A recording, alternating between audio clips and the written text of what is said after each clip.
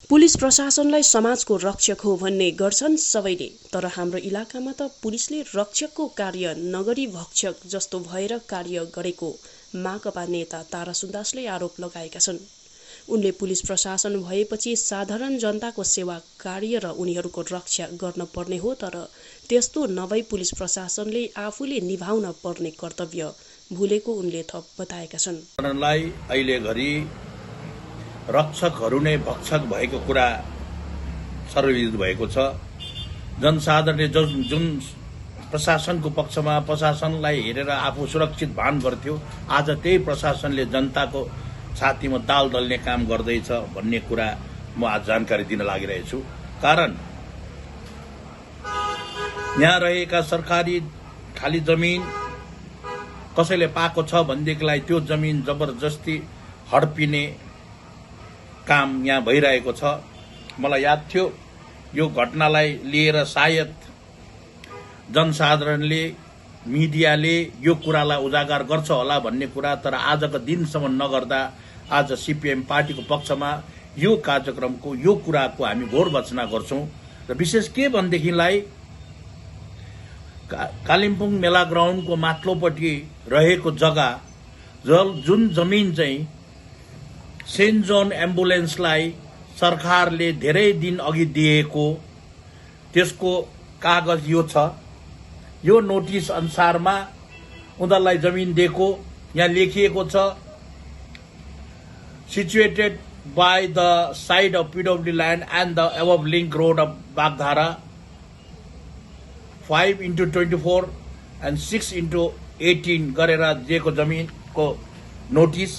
यो notice secretary Saint John एम्बुलेन्सलाई दिएको, कालिम्पोङलाई धेरै दिन अघि दिएको र उनीहरूकोमा पैसा नभएकोले गर्दाखेरि त्यो ठाउँमा आफ्नो अफिस बनाउन नसकेकोले गर्दा रहिरहेको थियो। र बादमा उहाँहरूले सेन्ट जोन एम्बुलेन्स र एडब्ल्युसी अल इन्डिया वुमेन्स कन्फरेन्स उहाँहरू मिलेर त्यहाँनिर अफिस बनाउनको निम्ति तर्खर गर्दै गरेको बेलामा र उहाँहरूले वार्ड काउन्सिलरलाई अल इन्डिया वुमेन्स कन्फरेन्स र सेन्ट जोन एम्बुलेन्सले त्यहाँ आफ्नो अफिस बनाउनुको लागि तर्खर गर्दाखेरि के कसो गर्नुपर्छ भनेर उहाँहरूले लेखेको चिठी वार्ड काउन्सिलर श्रीमान Asif Ansari, ward councillor ward number 12, यहाँ उहाँले लेखेको छ, it is our humble submissions in our granting St. John Ambulance had applied a piece of DIFN land to the government of West Bengal. It is a great honor that the government had considered our prayer and had given a DIFN plot 1854/A and 1855/B. Because of our financial crisis, we could not make our office in time. The land is still in our possessions, but र अब त्यो जमिनहरू अरूले occupy गर्छ र हामी त्यहाँ building बनाउँछौँ भनेर लिएको चिठी आसिफ अंसारी वार्ड काउन्सिलरलाई। उहाँले त्यो चिठी पाएपछि, चिठी पोस्टद्वारा पठाएको उहाँको एड्रेस म्युनिसिपालिटी अफिसमा, र उहाँलाई पाएपछि उहाँले उहाँहरूसँग कन्ट्याक्ट गरेर तपाईहरूले जमिन कागज ल्याएर भेट्नु आउनुहोस् भन्दा भन्दै अगस्त महिना 15 अगस्तको भिडभाडको बादमा त त्यो ठाउँमा त त्यो सेन्ट जोन एम्बुलेन्स र अल इन्डिया वुमेन कन्फरेन्सले आफ्नो अफिस बनाउनु पर्छ भनेर तर्खर गर्दै गए ठाउँमा त अहिले त त्यो ठाउँमा त पुलिस, वेस्ट बंगाल पुलिसको बोर्ड पो लगाइदिएको छ। त्यो जग्गा चाहिँ वेस्ट बंगाल पुलिसको, बडा अचम्म कुरा। वेस्ट बंगाल पुलिसलाई त्यो जग्गा चाहिएको छ भनेदेखिलाई त डिआइफोनसँग करस्पोन्डेन्स गरेर, ना कि त्यसलाई जबरजस्ती अर्काको बोर्ड निकालेर फ्याँकेर चाहिँ पुलिसको बोर्ड लाउने जुन कार्यक्रम भयो, यसको निम्ति हामी यो कार्यक्रमलाई, यो व्यवस्थालाई, यो खालको सिस्टमलाई हामी घोर भर्त्सना गर्छौं। सीपीएम पार्टी यो चीज सरासर अन्याय भएको छ। यदि प्रशासनले, यदि पुलिसले नै यस्तो प्रकारले गुण्डागर्दी गर्यो र अर्काको राखेको जमिनको बोर्डलाई निकालेर फ्याँकेर पुलिस लाउँछ भनेदेखिलाई म त्यो पुलिस विभागलाई यहाँबाट म सीपीएम पार्टीको पक्षबाट सोध्न चाहन्छु, तपाईको लाई सोध्न चाहन्छु, तपाईले तल त सेन्ट जोन एम्बुलेन्सलाई त 228 स्क्वायर फिट जग्गा मात्रै दिएको थियो डिआई फन्डले, तर तपाईको थानाको अघि जुन चाहिँ सुपरमार्केट बनिएको छ त्यहाँनिर त 15-16 डेसिमल जमिन सरकारले दिएको थियो श्रीमान जिङदेल टेम्पो देङसेपालाई। उहाँ बितेर जानुभयो, उहाँको कोही छैन। यो जमिन अहिले पनि खत्यान हेर्दा हुन्छ, यो खत्यानमा अहिले पनि जिङदेल टेम्पो देङसेपा भन्दैछ। यो जमिन कसले लाँदैछ, किन लाँदैछ, यो बारेमा सीपीएम पार्टीले थानालाई जनाएको थियो। यो जमिन त म्युनिसिपालिटीलाई ह्यान्डओभर गर, यो जमिन म्युनिसिपालिटीलाई दिनुपर्छ। यो कुनै एउटा विशेष मान्छेको होइन, यो सरकारले लिजमा दिएको जमिन। यो मान्छे छैन अहिले र उसको परिवार पनि कोही नभएकोले गर्दाखेरि यो जमिन आज भूमाफियाहरूले आफ्नो नाममा गरेको छ। हेर्दा हुन्छ। अकृषि प्रजा लेखेको छ यहाँ, अकृषि प्रजा जिग्देल टेम्पो भोटिया, जिग्देल टेम्पो देनसेङपा, उसको नाममा 8.5 डेसिमल जमीन, 10.5 11 डेसिमल जमीन उसको नाममा त्यहाँ सरकारले दिएको। तर त्यो जमीन यो मान्छे छैन, तर यसको नामबाट बिस्तारै बिस्तारै अर्काले बेचेर अर्कालाई दिएर त्यो जमीन घटेर गएर आज उसको नाममा 1 डेसिमल जमीन मात्रै रहेको छ। 1.167 मात्रै जमीन रहेको छ। र म यहाँ चाहन्छु पुलिस डिपार्टमेन्टलाई सोध्न कि यदि पुलिस विभागलाई जमीन चाहिएको छ भने किन चाहिँ सेन्ट जोन एम्बुलेन्सकै जमीन, किन चाहिँ अल इन्डिया वुमन कन्फरेन्सले बनाउन लागेको अफिसलाई टार्गेट गर्नुभयो तपाईँले? किन चाहिँ तपाईँको थानाकै अगाडिको जमिन जिग्देन टेम्पो देङसेपाको जमिन जो चाहिँ लिजको जमिन, यो लिज रिन्यू भएको छैन, तर यो जमिन भित्रै जमिनको कार्यालयसँग मिलेर यो कागज, यो जमिन अर्काको नाममा सेयर हुँदैछ। धेरै जान्ने बुझ्ने ज्ञानीको नाममा यो जमिन गएको छ। अगर पुलिसले मलाई च्यालेन्ज गरोस्, सोधोस्, म त त्यसलाई बताइदिन्छु कि यो जमिन कसको नाममा गएको छ। अगर यदि सत्य नै जमिन चाहिएकै हो भनेदेखिलाई कालिम्पोङ शहरकै नजिक ठुलो जग्गा चुङहा स्कुलको पक्षमा रहेको जमिनको पर्चा यो जमिन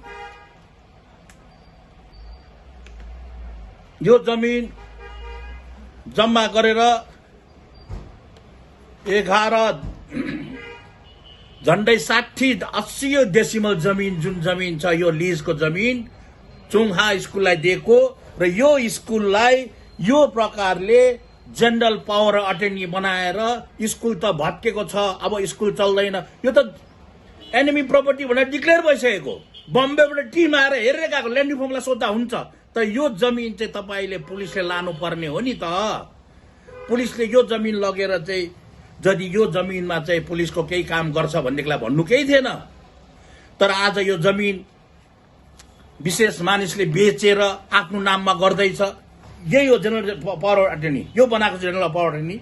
यो अटर्नी हेर्दा हुन्छ, यसमा लेखेको छ स्कुल त भत्केको छ अरे, त्यसले गर्दा चाइनिज नानीहरू पढ्ने जग्गा भएन, त्यसले गर्दा यहाँको 1-2वटा जमिन बेचेर हुन्छ कि बन्दकी राखेर हुन्छ, स्कुल बनाएर हाम्रो नानी पढ्दैछ त्यो स्कुलमा। त्यो स्कुलमा नानीहरू पढ्दैछ, चिनियाको नानी पढ्दैछ, चाइनिज समुदायको नानीहरू पढ्दैछ त्यहाँ। तर त्यो धम्माधम बिक्री भइरहेको छ, तर पनि पुलिसले केही भन्दैन, प्रशासनले केही भन्दैन। तर गर्छ के, एउटा 228 स्क्वायर फिट जमिन जो चाहिँ सेन्ट जोन एम्बुलेन्स र अल इन्डिया वुमन कन्फरेन्सले आफ्नो सानो कार्यालय बनाऊ भनेर तयारी हुँदाखेरि त्यहाँ चाहिँ उनीहरूको बोर्ड निकालेर पुलिसको बोर्ड लाउने कस्तो कस्तो ठुलो कुरा। वारे तृणमूल सरकार के साह्रो तपाईँ गरिबहरूको हितैषी धनी मान्छेलाई भूमाफियालाई धुमधडाका साथमा जमिन थानाको अगाडिको जमिन उनीहरूले लाँदैछ तर उसलाई केही भन्नु सक्दैन। यत्रो 1 एकड़ भन्दा बेसी जमिन जनरल पावर अटर्नी बनाएर डङ बेच्दैछ। स्कुल चलेको छैन, स्कुल बन्द छ। त्यहाँनिर तामाङ बोर्डको रिक्रेसन होटल बनिएको छ। के यसैको लागि यसले लेखेको छ, यो पावर अटर्नीको लेखेको छ। यो पावर अटर्नी हेरेर म त भन्छु जिल्ला प्रशासनलाई, पुलिसलाई यो सेन्ट जोन्स एम्बुलेन्स र अल इन्डिया वुमन कन्फरेन्सको जमिन 228 स्क्वायर फुट जमिन तपाईले लगेर केही हुँदैन। लानु सक्नुहुन्छ लानुहोस्। कति जमिन छ, जुन जमिन चाहिँ तपाईले लानु सक्थ्यो। तर यहाँनिर त आज त जसको सत्ता छ, जो सत्तामा बसेको छ, जे गर्दा पनि हुन्छ। जो सत्तामा बसेको छ, जे गर्दा पनि हुन्छ। कसैको केही चल्दैन। त्यही विभागले एउटा ठाउँमा तिमीले यो 12 धुरीमा मणिचन्द्र प्रधानलाई एसडिओले चिठी लेख्छ, तिमीले चाहिँ डिआई फन्डको जमिन अकुपाई गर्यौ, यो जमिनमा चाहिँ तिमीले केही नबनाऊ र तिम्रो जमिनको कागजपत्र छ भने देखा गर्नु आऊ, अहिले चाहिँ काम नगर है भनेर लेख मणिचन्द्र प्रधानलाई। तर फेरि त्यही अफिसले एसडिओ अफिसले फेरि लेख्छ इन्सपेक्टर इन्चार्जलाई, यो जमिनको केही छैन, तिमीले अब यसलाई बिल्डिङ बनाउँथ्यौ। बडा अचम्मको कुरा। यो अफिसरले पैसा खाएको कुरा त यहाँ देखा पर्यो नि त। एउटा अफिसरले यो चाहिँ गलत भएको छ, यो जमिन चाहिँ तिमीले डिआइएफको जग्गा हो, यसमा नबनाऊ है मणिचन्द्र प्रधान, तिमीले बन्द गर भनेर लेखेको चिठी नोटिस। तर यहाँ चाहिँ फेरि एउटा जाबो मेजिस्ट्रेट जसले आफूलाई काहीँ भएको सम्झेर उसले आज पैसा खाएर गरेको छ। मैले भनेको छु, आज त म त्यति साह्रो भन्दिनँ, मुड तपाईहरुको बिगार्दिन। भिजिलेन्समा दिएको छु चिठी, होसियार गर है अफिसरहरू। तपाई मेजिस्ट्रेट जसले चाहिँ यो चिठी लेखेर गयौ नि, श्रीमान ज्योति प्रसाद, तपाई होसियारी गर्नु। यो चिठी चाहिँ मैले भिजिलेन्समा पठाएको छु नि। भिजिलेन्सले हामीलाई तय दिएको छ कुन तारिक, यही नोभेम्बर महिनाभित्र हामीले उनीहरूलाई टोटल कागज बुझाउनु भनेर। त्यसले गर्दा साह्रै अन्याय नगर्नुहोस्। गरिब जनसाधारण सिधा छ भनेर साह्रै अन्याय गर्नु राम्रो होइन। यदि यहाँ लेख्छ एउटा चिठीमा, लौ त्यहाँ त जमिन छैन रहेछ 638, जुन चाहिँ 638 डिआई फन्डको जमिन छ, यो जमिन चाहिँ एउटा बिहारी आमाले एप्लाई गरेको रहिसिन्। उहाँले एप्लाई गरेको जमिनको एड्रेस शान्ति देवी प्रसादले जमिन यो 638 जग्गा मलाई दिया जाओस्, मेरो जमिन चाहिँ पहिरोले लगेको थियो, मलाई पहिला सरकारले दिएको जमिन पहिरो लगेको छ भन्दाखेरि यो जमिन यहाँ छैन भनेर विभागले पैसा खाएर गरेको छ। त्यसो भएदेखिलाई चाहिँ यो चाहिँ क्या हो त? यो चाहिँ 638 नम्बर जमिनमा डिआई फन्डको जमिन चाहिँ लिजमा चाहिँ कसलाई दिएको छ त? यो चाहिँ क्या हो त डिआई फन्डको लिज? यो चाहिँ के हो त डिआई फन्डको लिज? सरकार हातमा छ, म्युनिसिपालिटी हाम्रो हातमा छ, जिटिए हाम्रो हातमा छ, जे गर्दा पनि हुन्छ। जिटिए को नेता, गोचा मुमुको नेता हुँदा चाहिँ जमिन छैन भने पाउँछ, लिज गरेर बनाएर दिएको छ। यहाँ हेर्दा हुन्छ 11 दिन भित्रमा उसले यो जमिन दिएको छ। यो पैसा, यो जमिन हेर्दा हुन्छ यो उनीहरूको डिट। यदि यस्तै हो भनेदेखिलाई गरिब जनसाधारणले नै त पाएन नि त। हाम्रो भनाइ कुरा के छ भने, यदि एउटा राजनीतिक पार्टीकोले एप्लाई गर्दा चाहिँ त्यहाँ जमिन हुनु, उसले जमिन पाउनु, पैसा तिर्नु, यहाँ हेर्दा हुन्छ है। मैले आरोप लगाएको होइन नि, विभाग चाहिँ कति करप्ट छ भनेर देखाएको यहाँ हेर्दा हुन्छ। विभाग कति करप्ट छ भनेर देखाएको मैले। त्यही ठाउँमा शान्ति देवी प्रसादले एउटा विधुवी आमा जसको श्रीमान बितिसकेको र एक्लो दुःख गरेर बस्ने, उसलाई चाहिँ होइन, उसलाई दिनु हुँदैन जमिन। त्यहाँ त जमिनै छैन। अरे बाबा त्यही टाउकोमा छेउमा जमिन त रहेछ त अन्त। र यस्तो प्रकारले त्यहाँ गरेर र अनि त्यहाँनिर बिना सित्तै प्रकारले मेरो जमिन भन्दैछ। म उहाँलाई भन्दैछु झोक नदेखाउनुहोस्, अरू कुरा डराउला, अरू मान्छे डराउला, तर हामी डराउँदैन है। हामीले भनिसकेको छु नि, डराउने भएदेखिलाई हाइकोर्टमा केस लाउने थियौँ न, अहिले पनि रिट पिटिसन गरिरहेको छौँ हामीले।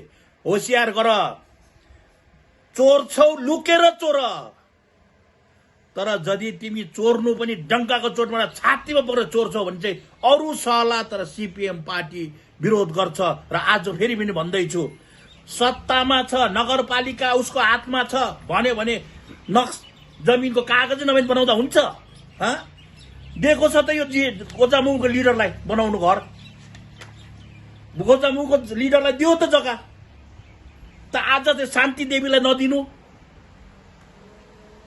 देङसेङ पाको जमिन अर्काले लानु, त्यो चाहिँ के कहाँको अन्याय हो? कहाँको न्याय हो यो चिज?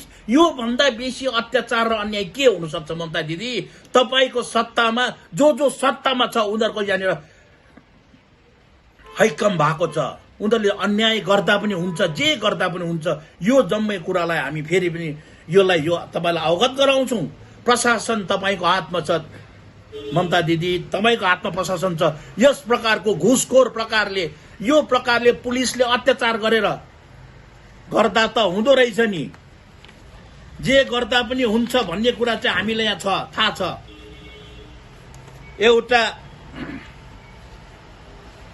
एउटा बहिनीले घर बनायो, अरुणा दियाइलीले सरकारी जमिनमा घर बनायो भन्दा यसरी बिजुली अफिसले उसको घरबाट पर्मानेन्ट लाइन डिस्कनेक्सन गर्छ।